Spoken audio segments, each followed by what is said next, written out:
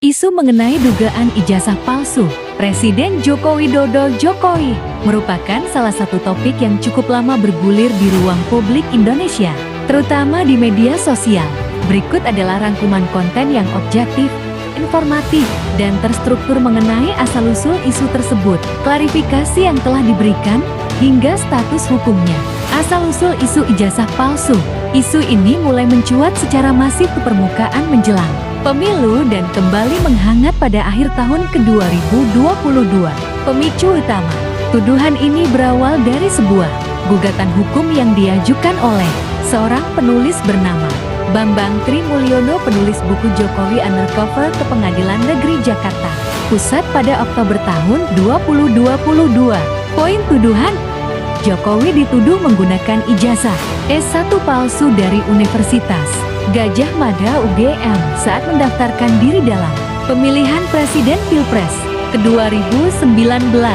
Klarifikasi resmi dari pihak terkait menanggapi kegaduhan tersebut. Pihak-pihak berwenang dan institusi terkait langsung memberikan klarifikasi resmi untuk meluruskan disinformasi yang beredar. 1. Universitas Gadjah Mada UGM. Rektor UGM saat itu, Prof. Ova Imili, menggelar konferensi pers resmi untuk menegaskan keaslian ijazah Jokowi. Fakta: Joko Widodo adalah alumnus program studi S1 Fakultas Kehutanan UGM angkatan tahun ke-1980. Kelulusan: beliau dinyatakan lulus dari UGM pada tahun 1985 sesuai dengan ketentuan dan bukti dokumentasi yang dimiliki oleh Universitas. 2. Teman seangkatan kuliah.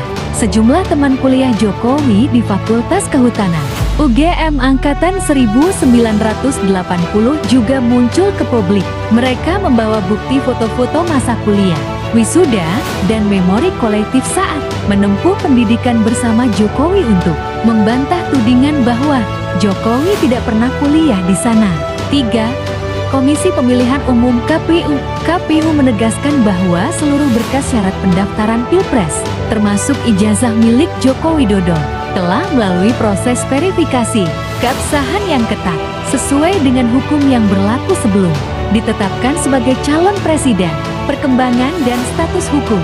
Isu ini tidak hanya berhenti sebagai perbincangan di media sosial, melainkan berlanjut ke ranah hukum. Pencabutan gugatan. Bambang Trimulyono akhirnya mencabut gugatan perdata terkait ijazah palsu tersebut di Pengadilan Negeri Jakarta Pusat.